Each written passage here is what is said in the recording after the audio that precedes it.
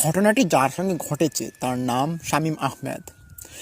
ওনার বাড়ি আমার বাড়ি থেকে বেশি দূরে নয়, কাছেই বলা যায়। ওনাদের সাথেও আমাদের কিন্তু খুব ভালো একটা সম্পর্ক। ওনার সাথে যে ঘটনাটা ঘটেছে, এই ঘটনাটির সময়কাল খুব বেশি আগের নয়, এটি 2020 সালের দিকের ঘটনা। উনি একদিন ঘরের পাশ দিয়ে হেঁটে যাচ্ছিলেন। বলে রাখা ভালো যে ওনার বাড়ির পাশেই একটা বড় রকমের কবরস্থান ছিল। এই কবরস্থানে পাশের যে গোষ্ঠী রয়েছে, ওই গোষ্ঠীবর্গের যে মানুষগুলো মারা যেত, ওই মানুষগুলো কবরস্থান ওখানে দেওয়া হতো এবং ওই কবরস্থানের পাশ দিয়েই অনেক মানুষের যাতায়াত হতো। তেমনইভাবে ওই শামীম ভাই একদিন ওনার বাড়ির পাশ ধরে ওই কবরস্থানের দিকে যাচ্ছিলেন। আর উনি বেকার হওয়া সত্ত্বে ওনার কোনো কাজকাম করে না, দোকানপাটই পড়ে থাকে। তো বরাবরের মতোই উনি ওখানে দোকানে ছিল। তো রাত 12টার পর তিনি বাড়িতে আসবেন বলে রওনা দেন। তো ওনাদের বাড়ির পাশে যে কবরস্থান ছিল, ওই কবরস্থানে নাকি অনেক মানুষের সঙ্গে ভয়ঙ্কর ঘটনা ঘটেছে, যেই ঘটনাগুলো উনিও শুনেছেন এবং আমরাও শুনেছি। উনি হাঁটতে হাঁটতে যখন বাড়ির দিকে রওনা দেন, তখনই ওই কবরস্থানটা অতিক্রম করে উনি বাড়িতে আসবেন। এমতাবস্থায় উনি দেখতে পারেন রাত অন্ধকারের ভিতরে চাঁদের আলোটা যেন একটু ঘেবড়ে ঘেবড়ে আসছে এবং অতটুকু আলোতে তিনি পথ আর পথের মধ্যে কি আছে ওইটা তিনি দেখতে পারছেন। পূর্ণিমার পরের দিন এটা। তো আমরা দেখি যে পূর্ণিমার পরে কিন্তু চাঁদের আলোটা একদম কমে যায়, এরকম একটা সময় তিনি দেখতে পারেন যে কবরস্থানের পাশে একটা মুরগি এবং ওই মুরগির আশপাশে 10-12টা বাচ্চা, ছোটো ছোটো বাচ্চা, মনে হচ্ছে 2 দিন ধরে ফুটেছে এবং ওই বাচ্চাগুলো তার মাকে নিয়ে ঘোরাফেরা করছে। শামীম ভাই দেখতে পেরে তিনি বেশ অবাক হলেন এবং তিনি ছিলেন একটু লুবি টাইপের। উনি যেটা করলেন, ওই মুরগিগুলোকে দেখার পর ওগুলোকে ধরার চেষ্টা করলেন। মনে মনে ফোন দিয়ে আঁটলেন যে যদি মুরগিগুলোকে আমি ধরে নিয়ে বাড়ি যেতে পারি, তাহলে এগুলোকে বেশ টাকা বিক্রি করতে পারবো বা যে কোনো একটা কিছু করতে পারবো। আর যেহেতু রাত্রিবেলা এটা বেরিয়েছে, না জানি কার, হয়তো কেউ দেখবে না, যদিও কারো হতে পারে, কিন্তু বাড়িতে যায়নি এটা ভেবে তিনি এগুলোকে ধরার চেষ্টা করেন। তো ওনার মতলব ছিল খুব খারাপ, উনি খারাপ মতলব নিয়ে ওগুলোকে ধরার চেষ্টা করে। তো উনি যান, গিয়ে মুরগির বাচ্চা একটাকে তিনি ক্রমাগত ধরে ফেলেন এবং এক এক করে তিনি 2টা-3টা করে মুরগির বাচ্চা ধরছিলেন।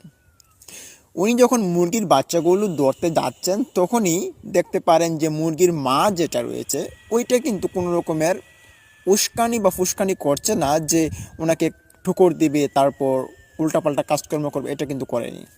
উনি একটা একটা করে সবগুলো মুরগির বাচ্চা ধরে ফেললেন। ওনার মতে মুরগির বাচ্চা ধরেছিলেন 12টা।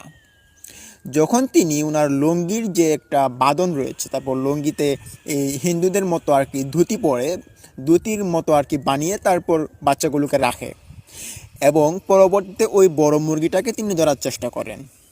কিন্তু ওই বড় মুরগিটা ধরার সময় ওনার সঙ্গে যা যা ঘটে, উনি তখন এটার জন্য মোটেই প্রস্তুত ছিলেন না। উনি যখনই বড় মুরগিটাকে একটা খাবলা দেন, তখনই দেখতে পারেন যে মুরগিটা এখানে উদাও ওনার পিছনে চলে গিয়েছে। পিছন দিকে যখন খাবলা দেন, তখন পিছনে উদাও সাইডে চলে গিয়েছে। উনি বুঝতে পারছেন হয়তো এটা লাফ দিয়ে চলে যাচ্ছে বা অন্য কিছুভাবে চলে যাচ্ছে, হেঁটে চলে যাচ্ছে। উনি তখনও ওনার মাথায় এই সেন্সটুকু আসেনি যে এখানে খারাপ কিছু হতে পারে। উনি তখন মুরগিগুলোকে ক্রমাগত ধরতে চাইছেন এবং ধরতে পারছেন না। কিন্তু ওনার ধুতির মতো লুঙ্গির আকৃতিটাতে কয়েকটা মুরগির বাচ্চা ওখানে উনি ধরেছেন এবং উনি এটা অনুভব করছেন। তো উনি বড় মুরগিটাকে ধরতে পারেন না। উনি ভাবলেন যে এটাকে হয়তো ধরতে পারবো না, তো এখান থেকে চলে যাই, মুরগির বাচ্চাগুলো হলেই হবে। এই ভেবে তিনি এখান থেকে যে কবরস্থান ছিল 4-5টা, ওখান থেকে উঠে তিনি বাড়ির দিকে আবার রওনা দেন। তখনই তিনি হঠাৎ শুনতে পান পিছন থেকে কেউ একজন কান্না করছে। কান্নার শব্দ পেয়ে তিনি নিঃসন্দেহে ওখানে যাওয়ার চেষ্টা করেন। আবার গিয়ে দেখতে পারেন যে উনি এতক্ষণ যে মুরগিটাকে ধাওয়া করেছিলেন, যে মুরগিটাকে ধরার জন্য এত চেষ্টা করেছেন, এই মুরগিটার এই অর্ধেক অংশ মানুষের মতো পা রয়েছে এবং অর্ধেক অংশ মুরগির মতো মুখ। দেখতে পেরে বেশ ভয়ে তিনি কাতর হয়ে পড়েন এবং পিছন ঘুরে দৌড় দেওয়ার চেষ্টা করেন। তখনই ওই মুরগির একটা হাতের বাঁধন এসে ওনার গলায় চেপে ধরে। উনি তখন কোনো মতেই প্রস্তুত ছিলেন না ওই রকম একটা ভয়ানক অবস্থার সম্মুখীন হতে। ওনার গায়ে দাগ হয়ে গিয়েছে। তো উনি জুড়াজুড়ি করে ওখান থেকে ছুটেন এবং ছুটে তিনি দৌড়ে বাড়িতে চলে আসেন। বাড়িতে আসার পর সবাই দেখতে পারে যে ওনার ঘাড়ে এরকম দাগ হয়ে আছে এবং ওই দাগগুলো একদম কালো বর্ণের হয়ে আছে, 5টা আঙ্গুলের দাগ। তারপর ওনার সারা শরীরে কিছু একটা খামচে দিয়েছে, এরকম একটা অবস্থা ওনাকে দেখা যাচ্ছে। এটা আমরাও গিয়ে দেখেছি ওনাকে। তো এই বিষয়টা ঘটার পর ওনার মা যেটা করলেন, একটা কবিরাজ এনে ওনাকে ঝাড়ফুঁক করালেন এবং কিছু ওষুধ পানি ওনাকে দিলেন। তারপর ক্রমাগত 1 দিন 2 দিন যায়, উনি সুস্থ হয়ে ওঠেন। কি ভাবছেন ঘটনা এখানেই শেষ? না, ঘটনা যে আরও অনেক কিছু ঘটার বাকি, শুনতে তখন বুঝতে পারবেন। তো এভাবে কিন্তু 1 সপ্তাহ চলে যায়। 1 সপ্তাহ পর ওনাদের বাড়িতে একজন মানুষ মারা যান। ওনাদের একজন দাদি ছিলেন, ওই দাদির মৃত্যু হয় ওই 1 সপ্তাহ পর। তখন ওই দাদিকে ওই কবরস্থান দিবেন বলে সবাই সিদ্ধান্ত নেন এবং এখানে জায়গা একটু কিনে তারপর দিতে হবে। ওনাদের আবার বাড়ির যে জমিটুকু ছিল ওইটুকু ছিল, তারপর যে একটা কবরস্থান দেওয়ার মতো কোনো জায়গা জমি এটা ছিল না। কেউ মারা গেলে জায়গা জমি কিনে তারপর ওখানে কবরস্থান দিত আর কি।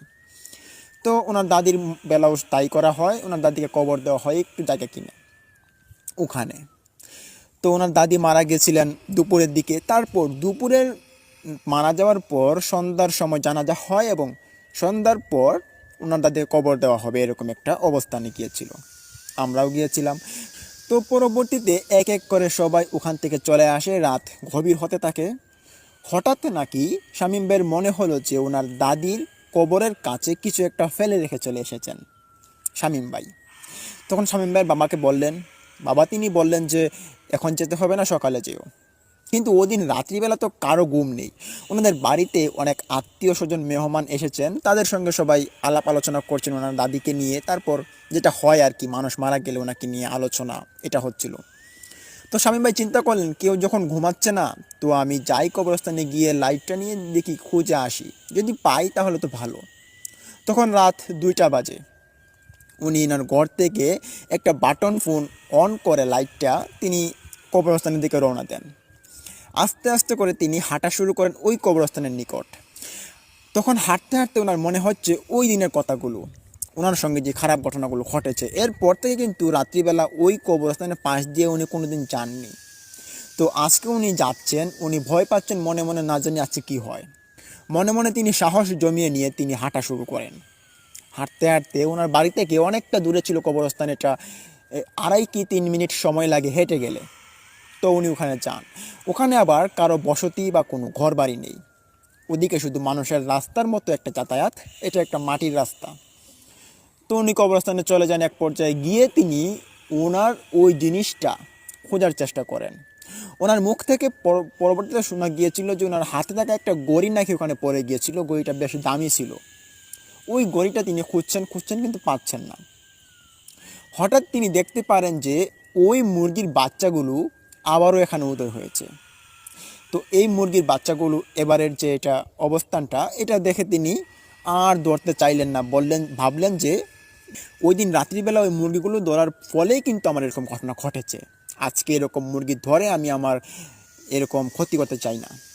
তো তিনি পরক্ষণেই দেখতে পাচ্ছেন যে মুরগির বাচ্চাগুলো ক্রমাগত বেরিয়েই চলেছে। প্রথমে তিনি আনুমানিক দেখতে পেরেছেন 10-12টা হবে, তারপর দেখতে পারেন 18টা, 20টা, 30টা এরকমভাবে বেরিয়ে চলেছে একটা মুরগির ভিতরে। উনি দেখতে পেরে বেশ কৌতূহল অবস্থায় ওদের দিকে তাকিয়েছিল অনেকক্ষণ। ক্রমাগত তিনি দেখতে পারেন যে ওই মুরগির নাকি চোখ থেকে কীরকম আগুনের মতো লাল বর্ণের লোক্কা জ্বলছে।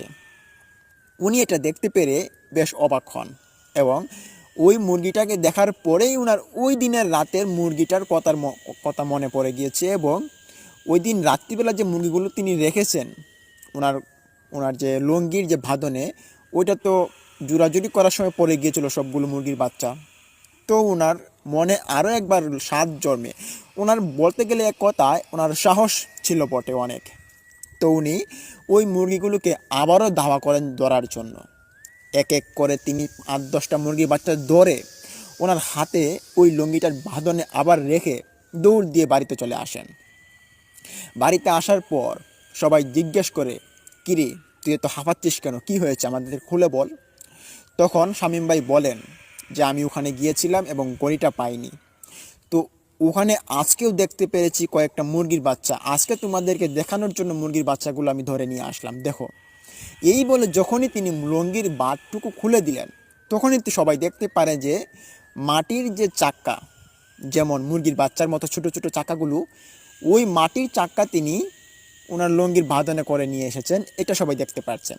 এমনকি উনিও দেখতে পাচ্ছেন তখন যে ওই মুরগির বাচ্চাগুলো আর মুরগির বাচ্চা নেই, ওগুলো মাটির চাক্কা হয়ে গিয়েছে। শামীম ভাই দেখতে পেরে বেশ অবাক হয়ে সবার দিকে তাকাচ্ছে এবং ওনার মুখ দিয়ে কোনো রকমের কথা বের হচ্ছে না, ওনার বাসাটুকু বন্ধ হয়ে যাচ্ছে। তখন সবাই জিজ্ঞেস করে, কিরে তুই না মুরগির বাচ্চা ধরে এনেছিস, এগুলো তো মাটির চাক্কা, এগুলো কেন এনেছিস? তখন শামীম ভাই বলে যে না না, এটা তো হতে পারে না, আমি মুরগির বাচ্চাই ধরেছিলাম, আর এগুলো হতে পারে না যে মাটির চাক্কা আমি নিয়ে এসেছি। আমি মুরগির বাচ্চা ধরেছি এবং এগুলি আমার লুঙ্গির ভিতরে পড়েছি। তখন ওনার পরিবারের লোকজনের আর বুঝতে বাকি থাকে না যে এর সঙ্গে খুব খারাপ ঘটনা ঘটছে। তখন ওনার বাবা যেটা বলেন, ওনাকে বলেন যে তুই আর কোনো দিন এই কবরস্থানের পাশে যাওয়ার চেষ্টা করবি না এবং ওই কবরস্থানের পাশ দিয়েও যাওয়ার চেষ্টা করবি না। রাত্রিবেলা দূরে থাক, দিনের বেলাও তুই যাবি না।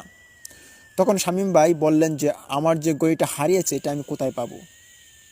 তখনই ক্রমাগত শামীম ভাই অজ্ঞান হয়ে পড়েন, উনি সেন্সলেস হয়ে পড়েন। এটা দেখে সবাই ভয় পেয়ে যান এবং ভয় পেয়ে ওনার শরীরে গিয়ে চেক করেন, পালস চেক করেন, দেখেন যে সব ঠিক আছে। ওনাকে হাসপাতাল নিয়ে যান। ওই দিন হাসপাতাল নিয়ে যাওয়ার পরপরই ডাক্তার দেখতে পারেন যে ওনার প্রেশার একদম লো হয়ে গিয়েছে এবং ওনার শরীরে প্রচণ্ড পরিমাণ জ্বর উঠেছে এবং টাইফয়েড হয়ে গিয়েছে।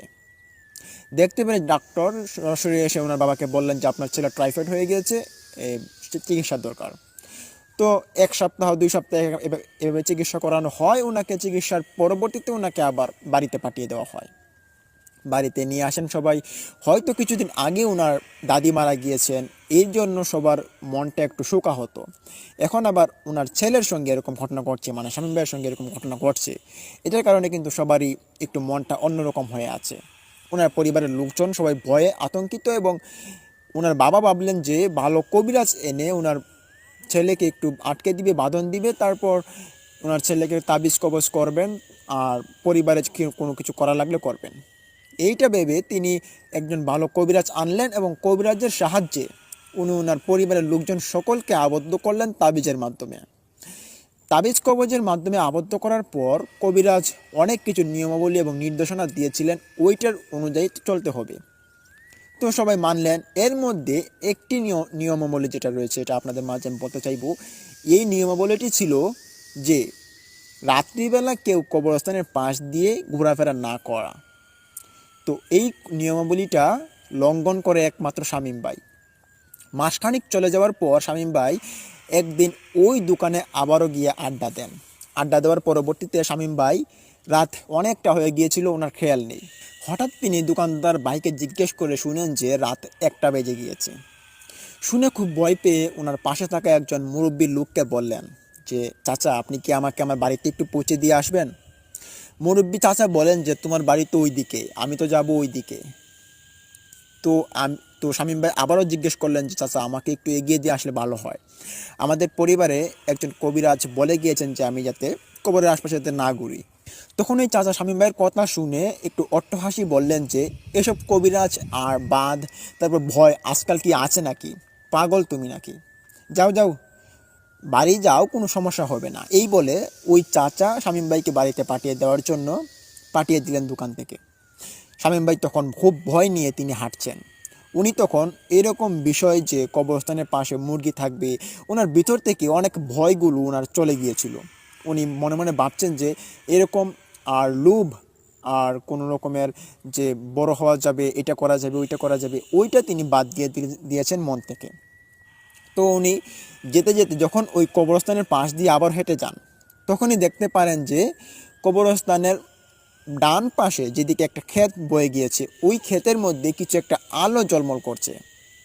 তিনি ওই আলোটা দেখার জন্য ক্রমাগত ওদিকে হাঁটা শুরু করেন।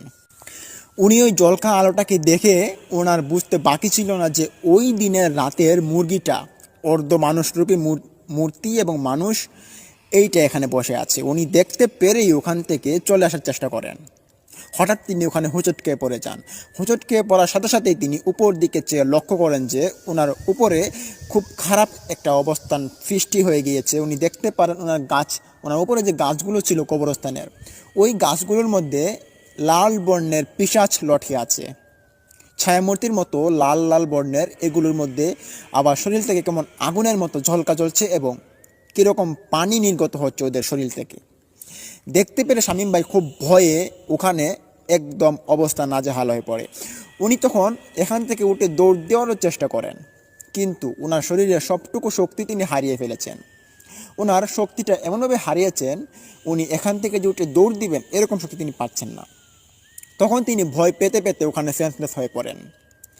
রাত্রিবেলা সবাই খুঁজতে খুঁজতে ওনাকে পাচ্ছেন না। শামীম ভাইকে খুঁজতে না পেয়ে শামীম ভাইয়ের বাবা খুব মুশকিলে পড়েছেন এবং ওনার মাথায় বারবার একই চিন্তা আসছে যে কবিরাজ না করেছে রাত্রিবেলা কেউ বাড়ির বাইরে কেউ না থাকুক, না করুক, যদি কোনো ক্ষতি হয়ে পড়ে, এটা ভেবে শামীম ভাইয়ের বাবা খুব ভেঙে পড়েন এবং সবাইকে নিয়ে কান্নাকাটি শুরু করে দেন। শামীম ভাইকে কোথাও খুঁজে পাওয়া যাচ্ছে না। হঠাৎ শামীম ভাইয়ের যে একটা ভাই ছিল ছোটো, তার বয়স ছিল 12 বছর, তার হঠাৎ মনে হলো যে ভাইয়া তো ওই দোকানে, মানে সামিরুদ্দিন চাচার দোকানে, ওখানে তিনি চা খান এবং ওখানে আড্ডা মারেন, চলো ওখানে গিয়ে দেখে আসি। তখন শামীম ভাইয়ের বাবা বললেন যে না রে, ওখানে তো থাকবে না, এ মনে হয় অন্য কোথাও গিয়েছে, না হলে তো এখানে থাকলে তো আসার কথা, এখনও আসছে না। ছোটো বাচ্চাটা জোর করে তো বাবাকে নিয়ে বাইর হয় ঘর থেকে বাইর হয়ে দেখতে পারে যে কবরস্থানের দিকে কীরকম আলো ঝলমল করছে। তখনই শামীম ভাইয়ের বাবার মনে খেয়াল হলো যে আমাদের কবরস্থানের পাশ দিয়ে রাত্রিবেলা যাওয়া বারণ, তো আমরা কবরস্থানের পাশে যাব না। তো এটাই ছিল শামীম ভাইয়ের বাবার খুব বড় বোকামি। উনি তখন ওই কবরস্থানের পাশ দিয়ে যান না। উনি ভাবলেন যে ও পাশ দিয়ে যাবেন এবং গিয়ে দেখে আসবেন যে ওদিকে কী আছে, আর এদিকে যাওয়ার দরকার নেই, যেহেতু এদিকে কবরস্থান। উনি তখন যান ওদিকে, গিয়ে দোকানপাট সব কিছু খুঁজে আসেন, দেখেন যে সব দোকানপাট বন্ধ করে দিয়েছে। রাত অনেকটা হয়েছে, 3টা বাজে, দোকানপাট তো বন্ধ করবেই। দোকান বন্ধ করেছে। ওনার যে বন্ধু ছিল, শামীম ভাইয়ের বন্ধু ছিল, এদের বাড়িতে ডাকাডাকি করেছে রাত্রিবেলা। তো রাত্রিবেলা ডাকাডাকির পর যখন মানুষজন এসে জিজ্ঞেস করে কি হয়েছে, বলে শামীম ভাইকে পাওয়া যাচ্ছে না, সবাই খুব আতঙ্কিত হয় এবং সবাই খুব ভয় পায়। তখনই শামীম ভাইয়ের আরেক বন্ধু ওনার বাবার সঙ্গে রওনা দেন এবং ওই কবরস্থানের পাশে শামীম ভাইয়ের বন্ধুটা, তিনি আলো ঝলমল করতে দেখে তিনি বললেন যে দেখুন তো কবরস্থানের পাশে কীরকম আলো জ্বলছে, চলুন দেখে আসি।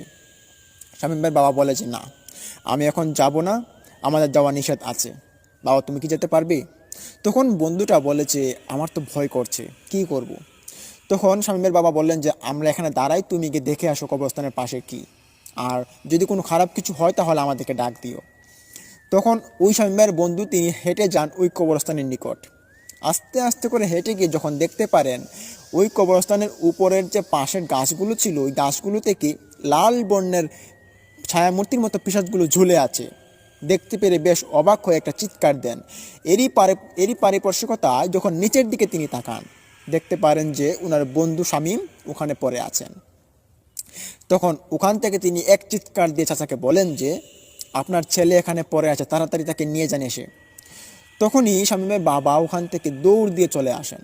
তখন কোনো রকমের বাধা, কোনো রকমের কবিরাজের কথা তিনি না মেনেই ওখানে চলে যান এবং গিয়ে ওনার ছেলেকে কাঁদে নেন। দেখতে পারেন সারা শরীর থেকে রক্ত বইছে এবং উপরে থাকা যে ছায়ামূর্তিগুলো ছিল ওগুলো উধাও হয়ে যাচ্ছে আস্তে আস্তে করে, এবং এখানে খুব বাজে রকমের আওয়াজ শব্দ হচ্ছে। শামীমের বাবা এখানে খুব ভয়ানক অবস্থার পরিস্থিতি দেখে ওনার ছেলেকে বললেন যে তুই তাড়াতাড়ি বাড়ি চলে যা, এবং শামীম ভাইয়ের বন্ধু এবং শামীম ভাইয়ের বাবা দুজন মিলে শামীম ভাইকে বাড়িতে নিয়ে আসেন। পরদিন 2-3 মাস যাবৎ শামীম ভাই বিছানায় পড়েছিল, তিনি উঠতে পারছিলেন না। ওনার টাইফয়েড জ্বরটা আবারও দেখা দিয়েছিল এবং ওইটার চিকিৎসাধীন অবস্থায় ওনার অনেকটা ক্ষতি হয়েছিল। উনি অনেকটা শুকিয়ে গিয়েছেন এবং স্বাস্থ্য শরীর নষ্ট হয়ে গিয়েছেন। তো এই ঘটনার পরেতে কিন্তু এই কবরস্থানের পাশ দিয়ে এদের পরিবারের মানুষজন আসা যাওয়া করে না। রাত্রিবেলা তো দূরে থাক, এখন দিনের বেলাও ওই কবরস্থানের দিকে ওদের পরিবারের কেউ আসা যাওয়া করে না এবং এই কবরস্থানের পাশ ওনারা মানে বাতিল করেছেন, অন্যদিকে তারা হাঁটাচলা করেন। তো এর পরবর্তীতে ওনার অনেক ক্ষতি হয়। তো 2-3 মাস যাবৎ উনি অসুস্থতার পর সুস্থ হন। এখন তিনি ভালো আছেন এবং সুস্থ আছেন। আর এই ঘটনাটি উনি আমাদের সাথে শেয়ার করেছেন এবং ঘটনাটি আমরাও অনেকটা অনুধাবন করেছি, শুনেছি, বুঝেছি এবং এই ঘটনাটার সম্মুখীন যে তারা হয়েছে এটারও অনেক প্রমাণস্বরূপ ওনার শরীরে দাগ এরকম রয়েছে, তারপর ওনার শরীরে কাটা দাগ, 5 আঙ্গুলের ছাপের দাগ, এরকম কিছু অংশবিশেষ ওই শামীম ভাইয়ের শরীরে এখনও রয়েছে। লিসেনার্স, এই ছিল ঘটনাটি কেমন লাগলো? ভালো লাগলে লাইক দিন, কমেন্ট করুন, শেয়ার করে বন্ধুবান্ধবের মাঝে ছড়িয়ে দিন এবং অবশ্যই আমাদের এই ইউটিউব চ্যানেলটিকে সাবস্ক্রাইব করুন এবং পাশে থাকা বেল আইকনটি অন করে রাখুন।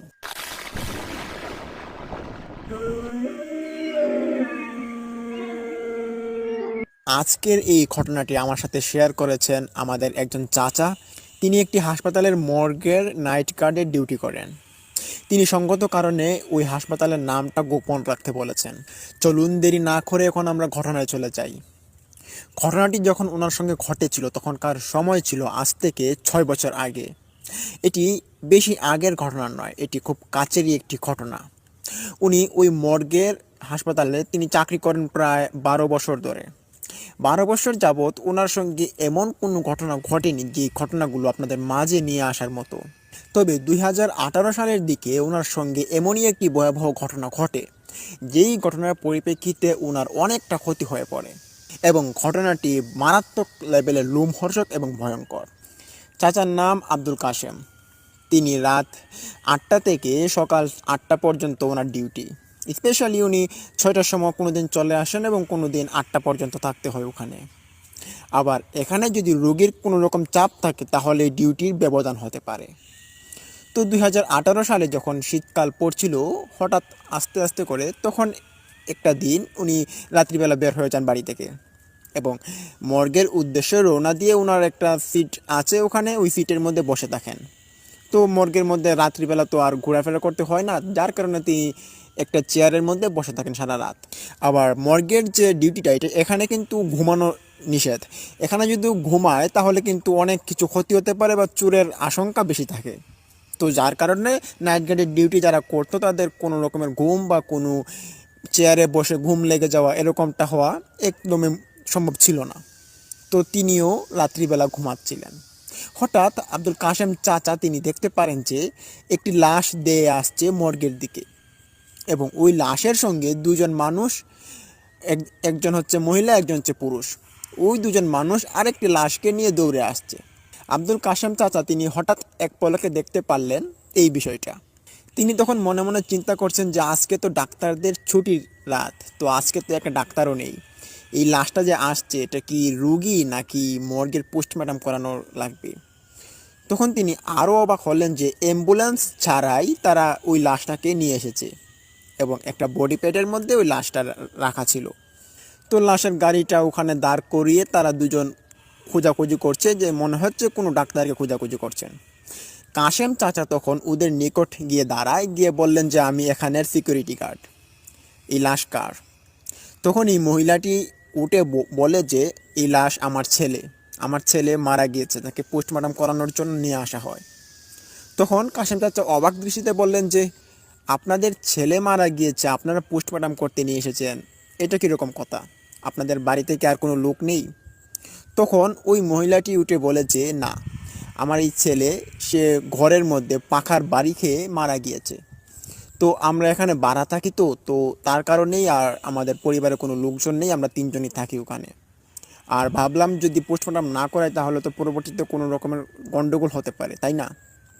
কাশেম চাচা তখন আর কিছু বোঝার বাকি রইল না, তিনি বুঝতে পারলেন যে হত্যার বিপদে পড়েছে। তখন তিনি বললেন যে আজকে তো ডাক্তার নেই, তো আজকে পোস্টমর্টম করানো যাবে না। তখন লাশের মা রেগে বলে যে কি বলছেন এসব, পোস্টমর্টম করানো যাবে না মানে? আপনি ডাক্তারকে ফোন দিন। তখন কাশেম চাচা ফোন দিলেন, তো ফোন দেওয়ার পরবর্তীতেও ডাক্তার আসতে পারবে না এটা জানিয়ে দেয়। তখন রাত্রিবেলা কাশেম চাচা বললেন যে আপনারা এখানে থাকুন, ফজরের আজানের আগেই ডাক্তার চলে আসবে, পোস্টমর্টম করাবে তারপর।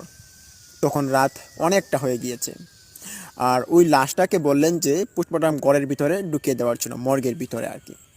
তো কাশেম চাচা মর্গের দরজাটা খুলেন আস্তে করে এবং খোলার পর তিনি ওই লাশের বডি প্যাডটা ওখানে ঢুকিয়ে দেন। মর্গের ভিতর ঢুকেই কাশেম চাচার একটু মনে খেয়াল হলো যে লাশটা কি দেখি তো কত বছর বয়সী ছেলে হবে। তো তিনি স্বাভাবিকভাবে ওই লাশটাকে দেখার জন্য লাশের যে উপরে কাপড়টা ছিল ওইটা তিনি খুলেন।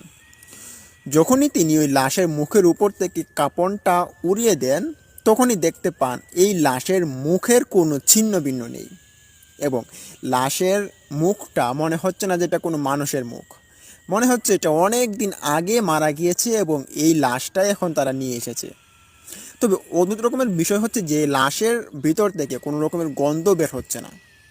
দেখতে পেরে বুঝতে পেরে কাশেম চাচা খুব অবাক হন এবং মর্গে থেকে বাইর হয়ে আসেন। এসে জিজ্ঞেস করেন লাশের মাকে যে আপনাদের ছেলে কোন দিন মারা গিয়েছে। তখন বলে যে আজকে মারা গিয়েছে, কোন দিন মারা যাবে আবার। তখনই কাশেম চাচা বলে যে আপনার ছেলের মুখ দেখলাম যে তার খুব বাজেভাবে বিশ্রী হয়েছে, পাখার মধ্যে কতটুকু বাড়ি লেগেছিল। তখনই ওখানে থাকা লোকটা কাশেম চাচার দিকে রাগান্বিত অবস্থায় তাকালেন এবং বললেন যে আপনি কি করলেন। কাশেম চাচা তখন বিস্ময়কর চোখ নিয়ে ওনাকে বললেন যে আপনাদের ছেলের মুখটা আমি একটু দেখেছিলাম, তো আমি দেখতে পারলাম যে মুখের কোনো অবস্থান দেখা যাচ্ছে না, আর এটা ছেলে নাকি মেয়েটাও বোঝা যাচ্ছে না, চুল তো খুব লম্বা লম্বা। তখন ওখানে থাকা পুরুষ এবং মহিলা দুজন একদম রাগান্বিত অবস্থায় কাশেম চাচার দিকে চোখ বড় বড় করে ওনাকে ভয় দেখানোর মতো একটা অবস্থায় তারা বকাবাদ্য করছিল এবং নানান ধরনের কথাবার্তা বলছিল যে কেন আপনি আমার ছেলের মুখ দেখলেন। তখন কাশেম চাচা বললেন যে আপনার ছেলেও মানুষ, আপনারাও মানুষ, আমিও মানুষ, তো দেখলে সমস্যা কোথায়। তখনই ওখানের পুরুষ লোকটা কাশেম চাচার গলা চেপে ধরেন এবং বলেন যে তোকে আজকে মেরেই ফেলবো। তখন কাশেম চাচার মনে অনুভূতি হলো যে এটা কোনো রকমের মানুষের হাত নয়, ওনাকে যে চাপ দিয়ে ধরেছে গলায়, এটা খুব ভয়ঙ্কর এবং খুব মারাত্মক লেভেলের একটা চাপ পড়েছে ওনার গলায়, ইনি অনুভব করতে পারেন।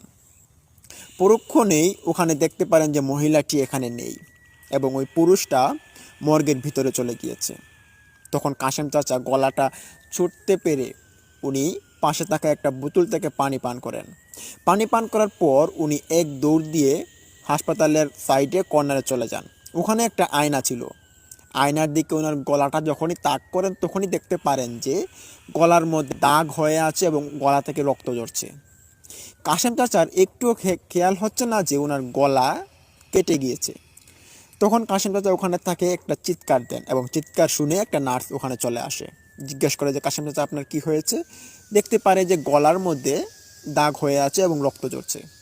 উনি তখন তাড়াতাড়ি নিয়ে ফার্স্ট এইড বক্সের দ্বারা ওনার গলাটা বেঁধে দেন এবং বললেন যে আপনার কি হয়েছে। বলে যে ওখানে একটা লাশ এসেছে। বলে যে কোথায়? মর্গে। মর্গে তো এখন কোনো লাশ আসেনি, কোনো অ্যাম্বুলেন্সও তো আসেনি, আপনি কি দেখেছেন?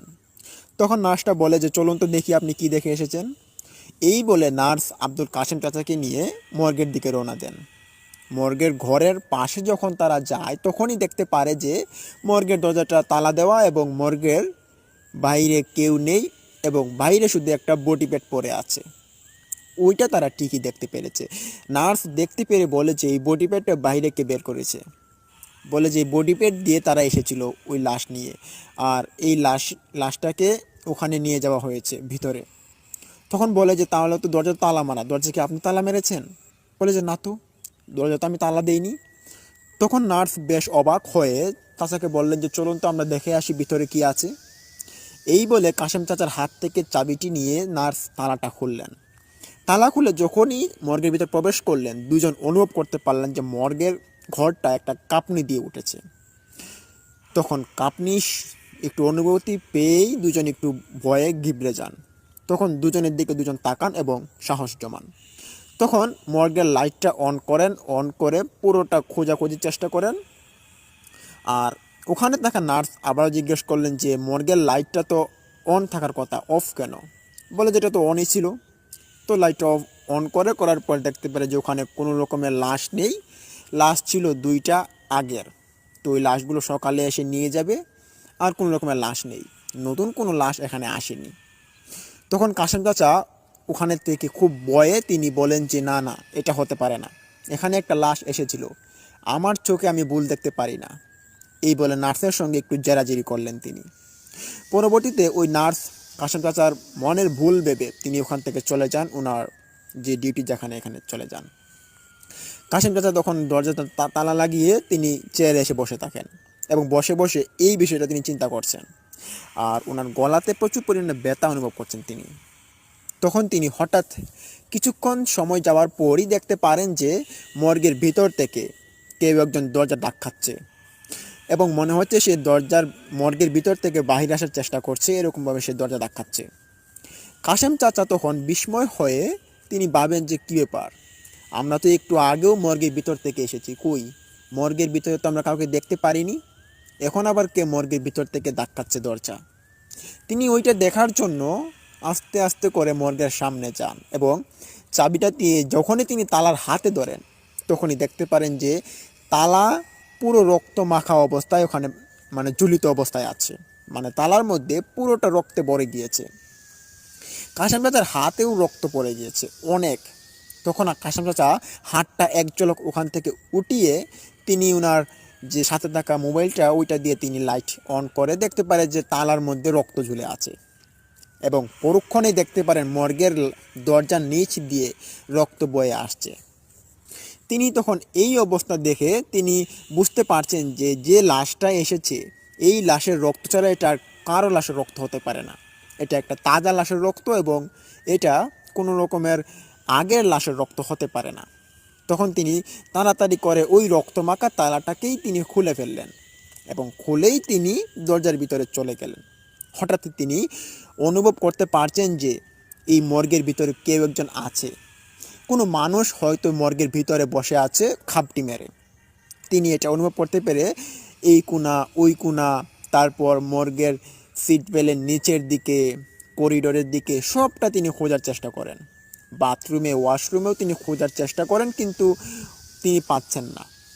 কিছু দেখতে না পেয়ে তিনি ভারাক্রান্ত মন নিয়ে মর্গের ভিতর থেকে বাইরে আসার চেষ্টা করেন। পিছন ঘুরেই তিনি দেখতে পারেন যে মর্গের দরজাটা লাগানো অবস্থায় আছে, অথচ তিনি মর্গের দরজাটা খুলেই তিনি প্রবেশ করেছিলেন মর্গের ভিতরে। মর্গের দরজার কাছে তিনি যান আবারও, গিয়ে তিনি দেখতে পারেন যে মর্গের দরজাটা বাইরে থেকে কেউ লক করে দিয়েছে। তো তিনি তখন অন্য একটা চিন্তা করছিলেন, ওই মর্গের যে ডুম ছিলেন ওই ডুম কিন্তু ওই চাচার সঙ্গে অনেক মজা করতো এবং ঠাট্টা মশকরা করতো। এরকম বিষয় আগে করেননি, তবে অন্যরকমভাবে করতো। তো তিনি ভাবলেন যে মনে হয় মর্গের ডুম চলে এসেছে, যার কারণে তিনি এখন ওনার সাথে একটু মজা করছে। মর্গের ডুমের নাম ছিল লিটন দাস। উনি তখন মর্গের ভিতর থেকে বলছেন যে লিটন দাস, লিটন দাস, এরকম মজা করো না, আমার গলায় খুব ব্যথা করছে, দরজাটা খুলে দাও। তখন বাইরে থেকে কেউ শব্দ করে না। 1 মিনিট, 2 মিনিট, 3 মিনিট চলে যাওয়ার পরও যখন কোনো শব্দ করছে না, তখন আব্দুল কাশেম চাচা তিনি বুঝতে পারেন যে এটা লিটন দাস হতে পারে না। কেননা লিটন দাস 1 মিনিট মজা করে, এর পরবর্তীতে সে শব্দ করে ফেলে বা কথাবার্তা বলে ফেলে, কিন্তু সে কোনো রকমের কথাবার্তা আওয়াজ শব্দ করছে না। এইটা বুঝতে পেরে কাশেম চাচা তিনি বুঝতে পারেন ওনার সঙ্গে আজকে খুব খারাপ ঘটনা ঘটতে চলেছে।